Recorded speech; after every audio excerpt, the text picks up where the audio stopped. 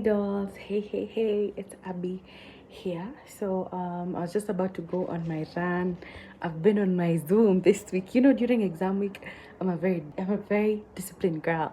So I've been sticking to what I've been wanting to do, and I just figured let me do a quick video before I go on my run. Imagine, yeah, I'm going on a run. These days I'm a runner, I'm a track star. She's a runner, she's a track star. She gon' run away when it gets hard. So I decided before I do any videos on how I started my business, how I started content, how much I get in content, because I'm gonna be getting into all those things. I just wanted to talk about the great shift, like the moment that everything became different because I changed. So this was 2020, March 16th, there's a lockdown. I was in high school, I was only 16, and I was so happy that there was a chance to go home. High school in Kenya is very depressing, especially the 844 system that we had to go through. That was the saddest I've ever been in my life. I've been a sad girl before, but I was not as sad as I was in high school. So to have even a little break, because at that time we didn't know it would be most of the year. We thought it was just like a week, 2 weeks. I was happy to have that break.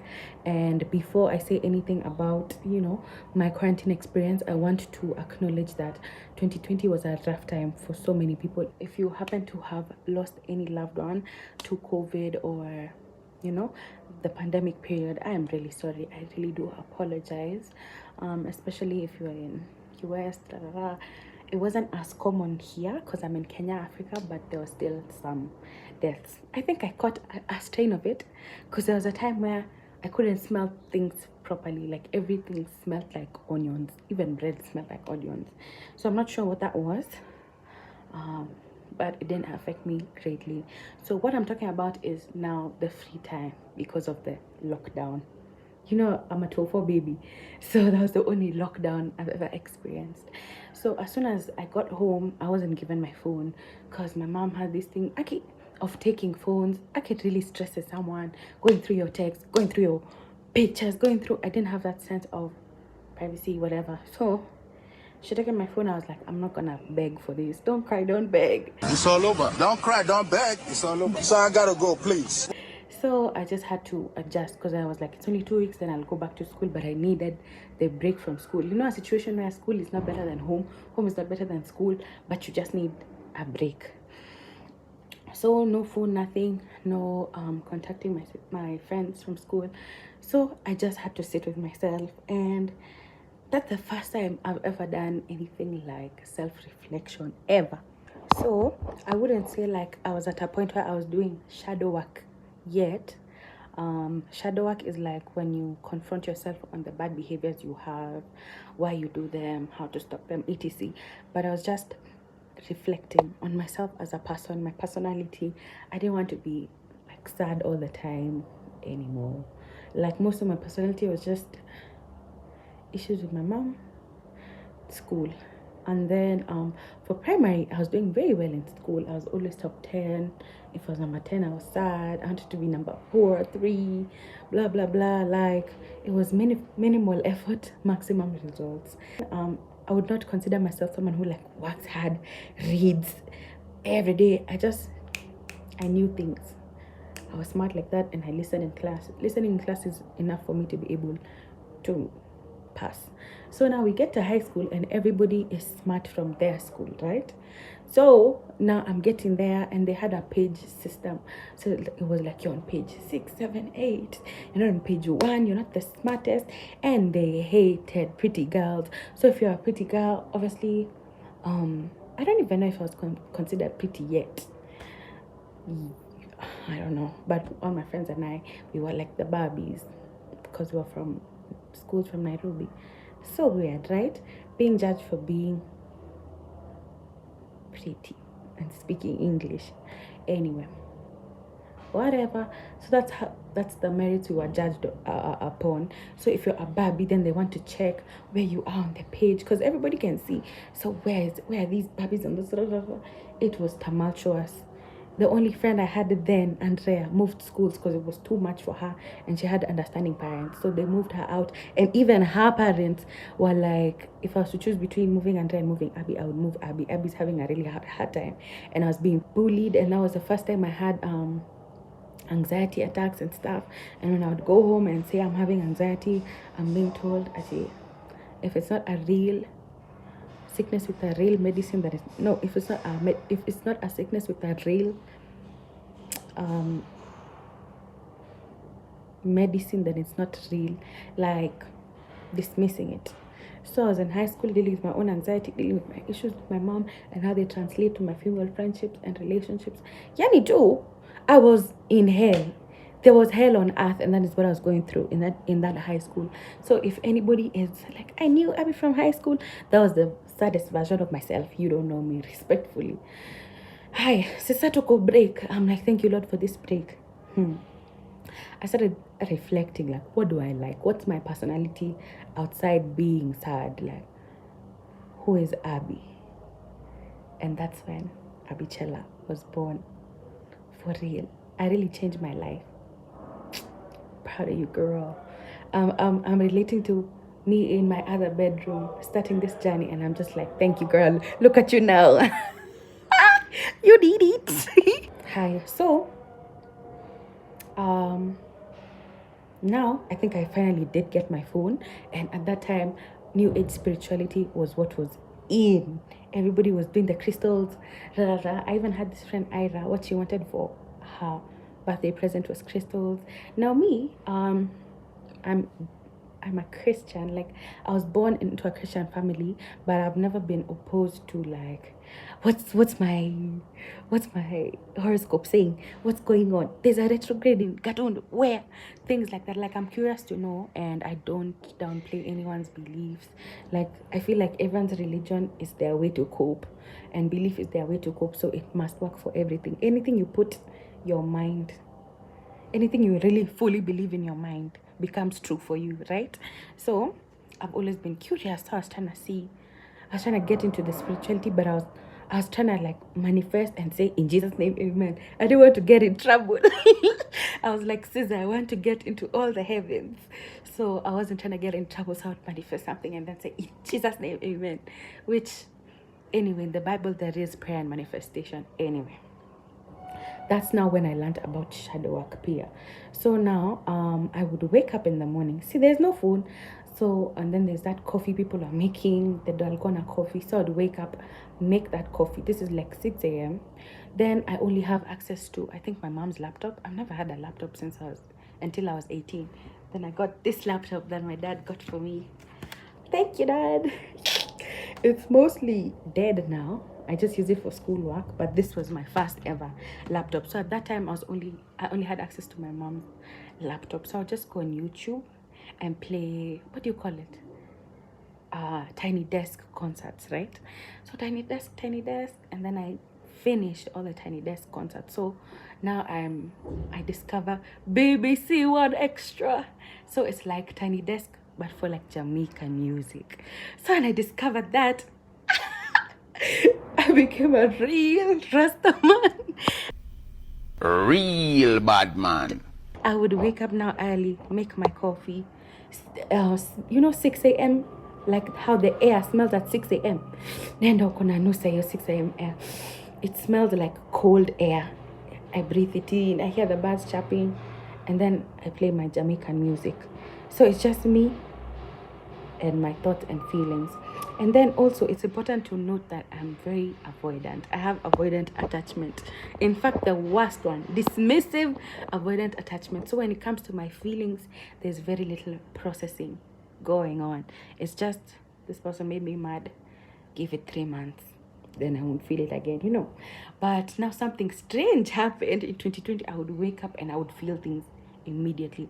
Like today I feel overwhelmed because, and I could put a name to it, overwhelmed because yesterday there was a fight in the house. Today I feel happy because me and my boyfriend are good. Nice to have a boo. Hi Ethan. We're still friends. Like today I feel, so that was like the first instant of me ever processing feelings at age 16. Yes, if you're from a normal household and there's nothing going on there, then you won't understand. But that's the reality for me. So that was the first time I was able to wake up and fully process my feelings. And then that's when I realized I have specific pet peeves, and that's being blamed for things I haven't done.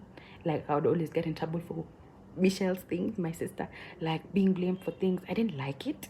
And I also don't like being lied on. Like, Abby did this and this when I didn't. Those are my two main triggers. I also don't like arguments in general, but I have no problem with accountability. That was number one. So you see, as I'm now realizing things about myself, realizing things, as Kylie said. And I feel like this year is really about like the year of just realizing stuff, and everyone around me, we're all just like realizing things.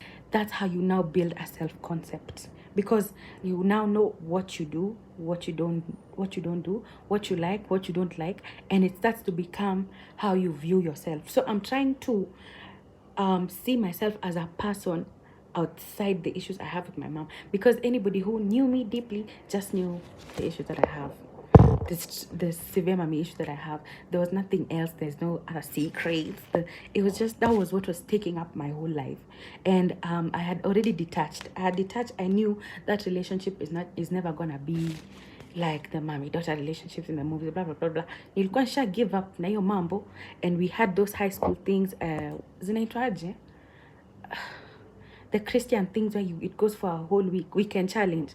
They're like, forgive anyone who you're holding in your heart. So I was like, okay, forgiven my mom, but also forgotten. Like, if it's even ever to get better, it will just be on a cordial level, on a respect level, on a parent. This is my parent, I have to respect them level. So I was like, I'm not fighting with this woman anymore. Like, I need to have an identity outside this. So I figured I need an identity outside this, and then I'm starting to process emotions how human beings should. And then also from the internet, I'm learning how to do shadow work, how to be your best self, how to manifest. Are you seeing? The stars were aligning for me at that point. You get? And for what I learned at 16 to be what I'm teaching at 22, I have to check what was going on in my chart at that time. Haya, sawa, sindio? Sawa. So now that process of learning about yourself inaitwa nini? Self-awareness. So the great shift can't happen without self-awareness. You need to be self-aware. Like, I do this. This is who I am. This is my name. You see, even people sometimes change their names. Like, when someone is transitioning, like genders, whatever, they change their name, and then their name represents that version of them. So me, my name is Abigail. I don't see a problem with it. And the short forms of my name is Chela, and it's a cute little nickname. So I became Chela, literally, but not at that time yet. People just call me either Abby or Chela. This is my name. I identify as this. I have this bad behaviors. I have this good behaviors. Like me, I'm very responsible. I take care of people. I take care of myself. But I'll wake up late. So you see, like, this is the pros and this is the cons. Now I've identified the con, what has caused it, not sleeping early. So you're waking up late. Hivo. How can I change it? We either wake up early or adjust the whole routine to start in the afternoon. Like, what benefits you, Evo. When you go through your behaviors with a fine tooth comb, with that formula for identifying it, what's the causation, and then rectifying it or keeping it. That's how you build self-awareness. That's the most important thing if you're gonna level up, because you can't change something that you don't even know. Like, this is where the issue is, something like that, you get. So that's step one, self-awareness. Mind you, there are things I'm aware of that could be bad traits that I don't even mind. Like, even if I want to heal my avoidant attachment, I realize it's a good thing sometimes. It's a good thing sometimes. Like, I don't dwell on things forever. I don't beg people for, I'm not anxious in my attachment to people, even friendships. So I'm not gonna beg and ask for answers. So that's one part of my avoidance that I don't mind, even if someone else thinks it's the worst thing. For me, that's what works in this phase of life where I'm getting money, bitch. I don't have time for mambo mengi ya watu wengi. That's what works for me, and that's a bad trait, in quote, because nothing is ever truly good or truly bad, except like murder and things like those. I'm talking about these these other things. It's good for me, it works, I'm gonna keep it. Or I can be standoffish and snobbish to people I don't know, which could be bad. I'm still friendly, but we're not gonna be besties. Like even a year into knowing each other, we're never gonna be besties. It takes some time for me. Higher. That could be a bad trait to someone. I consider it not my best trait, but it's not something that I want to change immediately because people are weird. So, like you choose, I'm keeping this, I'm removing this, like I removed shouting at people or cussing people out. Like I try my best to just remain level-headed even when I'm arguing, because that's one thing my mom would do that would trigger me, so I don't shout at people. So if I'm shouting at you, like we have reached the end and we are never gonna go back. You get? So something like that you fully eliminate. So now if I eliminated it that time, now I'm not even someone who shouts. So you see, like I've gone through my whole self doing 3 minutes. Hey, this phone has storage. I've gone through all aspects of my life and my behaviors and tendencies, figured out where they are from, then choose the ones I'm keeping, choose the ones I'm changing. What's the better solution? What's something that's better even if it's not the best? That's how you build self-awareness. Now, once you're a self-aware person, then now you're unstoppable and you can have your great shift. I wish I had a camera because I have my phone. This is where the camera is. This is where I am. And I look nice. So I'm going to look at myself, but don't think that I'm not keeping eye contact. Wait, I'm going to get a DJI Osmo Pocket 3 creator combo camera. Then we can be talking well. But for now, if I look like I'm looking elsewhere, it's just the phone camera placement. Or should I look here? Anyway, yeah. So that's the start of how the great shift happened. Also, a big part of trying to gain this self-awareness and become like a better version of yourself, a higher version of yourself, you have to spend time alone. So for me, of course, I was bored. I want to see what my friends are doing. I want to see what my crush is doing.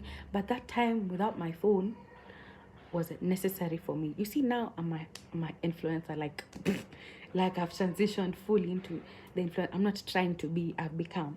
So I don't even stay without my phone. If I need a break, I don't deactivate my accounts. I don't delete the apps from my phone. There's no need, because this is where my business is. But at that time, or when you're still trying to find yourself, like, because I've identified myself as an influencer and it's something I've wanted for long, so I'm not gonna jeopardize it by deleting my accounts when I'm sad. But like at that time when you're still discovering, go offline. I even used to go offline with my friend Brandy, and we say we're going offline for 2 weeks and we see who's gonna look for us, who are your real friends, check it on you, and then when we come back to the internet, we come back with a nice post. What a time. So, and the rabbit got us that same quarantine, but now we're okay, like we're cordial, we're not besties.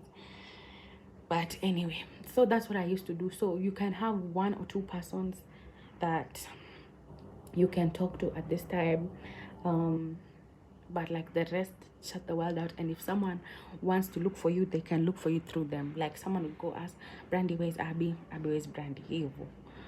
So yeah, shut the world out, spend time with yourself. This is only if you're not a risk to yourself, by the way. Trigger warning: if you feel like you will harm yourself physically, mentally, you can't stay alone, then that's not for you. But for me, I'm able to go months even without talking to anyone. Like, I'm comfortable with my own company, and I have that phase every year where it's like, you see, like a butterfly, inaitwaje, metamorphosis niyo ama kuna jina ingine. It's that period where you have to be in the cocoon and then you become a butterfly. So even if I'm saying that I'm never really truly online now, in this phase, offline, in this phase of my life, there's still times where I'm like now, I'm not posting a lot. I'm like in my cocoon. I'm working out. I have a challenge there. I don't know if you can see my sticky notes.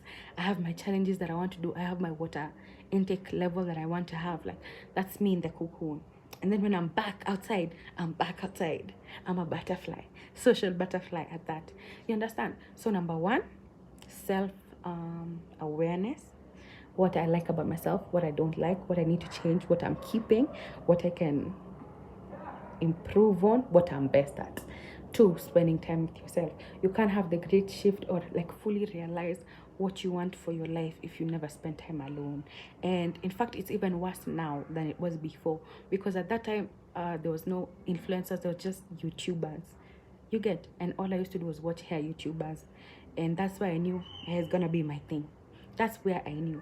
But for now, the era of TikTok, because that time it was still Musically, and people are still doing turn up, yeah. So it wasn't as influential as now, where you can go on TikTok, scroll for an hour, see so many people doing so many different things, and then just inherit their wants, inherit their needs. If I was to do that, then I would want to be a fashion influencer and a makeup influencer, and I would. But for me, I knew, like, I was watching only hair videos. You see how people learned makeup from 2016, blah blah blah. I learned all the things I know about natural hair, about. I didn't even know anything about extensions until after high school, which was 2022. I learned everything I needed to know about wigs, about sew-ins, about everything, practice. And at that time, people are making fun of me. I didn't even know, because I was just in my zone.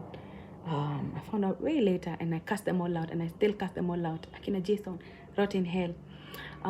But like, you have to enter those periods where you see, when you're alone, and you figure, I think I want to learn this. I want to learn this. I want this for myself. And then that's when you start researching on them, watching on it, obsessing over it, but a healthy obsession. And then now you know what you want for yourself, and how you want your higher self to present. You get, yeah. I really loved watching hair videos. I've just realized it. And now to be the person who people are asking, how do I take care of my natural ginger hair? How do I take care of my natural hair? How do I color my hair safely? And I'm on that journey with them, like, as someone who's helping them. It feels nice. It means I've actualized into the person that I wanted to become in 2020. Now in 2026, you get. And even imagining myself in 2027, even, like, now I'll have graduated, or when I will have moved out of the country, and that version of myself that I want to appear as, that's what I'm cocooning for right now. I've already actualized into the person I wanted to be in 2020, but obviously I still want more for myself. I'm appreciative of this here where I am now, but I want more for myself. So right now I'm running, I'm eating better, I'm drinking water, so that the version of myself, like, where I need to do other things, I'm my fittest, my most intellectual, I am just a star. I must arise and shine. I'm a star. Praise the living God. I am a star. It's a must I rise and shine. So you see, it's a repeated process where I do it every year. I just have, what is it called when animals like sleep for months? Hibernation. I have those hibernation periods, and then I come out better. I also jump timelines a lot of the time. When something's not serving me anymore, I jump, and we can talk about that later. But I'm not like a witch, so I don't know like how to do it in the proper way, but I know how to do it in my way. Yeah, so that was the first step of the great shift. If you have any questions, you can ask me about it. If you're going through your own process, but you have something that you're not really sure, like how to work around or what to do exactly, ask me. I'm gonna answer for sure. If you want a full-up video, if it's something that I feel like deserves a full-up video, I'll make it, and you let me know if you're comfortable with me putting your question up there, or your name, blah blah blah. But those are just the beginner steps of how I changed my life. So most of the things we'll talk about in the first episodes of this You Wish I Was Your Big Sister is just that great shift.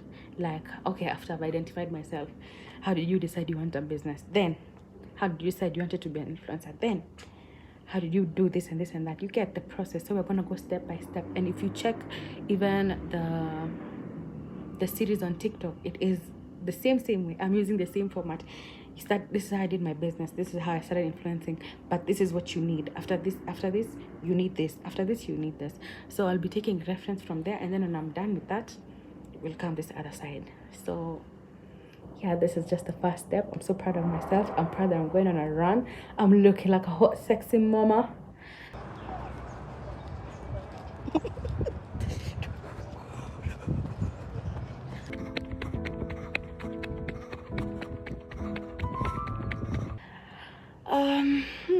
And And sometimes when you level up, you just gain good habits. Like, I didn't imagine myself ever as someone who runs, but now I got the random urge this January, and now I'm a girl who runs. You see, so I've shifted the timeline kidogo hivyo. Nimekuwa dem mwenye who run. You know, that's a serious girl. I can't wait for it to start showing on my face, like, you know. Anyway, it feels great. My body feels nice. Yeah, so let me go. You said that we've agreed that any questions you have, you leave them down below, right? Yeah, I hope this has helped. I hope that you do end up self-actualizing into someone you really want to be, because it feels great. And even just the awareness that you want to be better for yourself, that's the first step. Like, if you have conscience over something, then it's either you change it or you don't, but at least you know. So if you're in that pursuit of looking for a better version of yourself, that's the first step already. So yeah. I'm already so proud of you guys, and I'm wishing you all the best. And that was episode 1 on YouTube for You Wish I Was Your Big Sister. Bye. Mwah.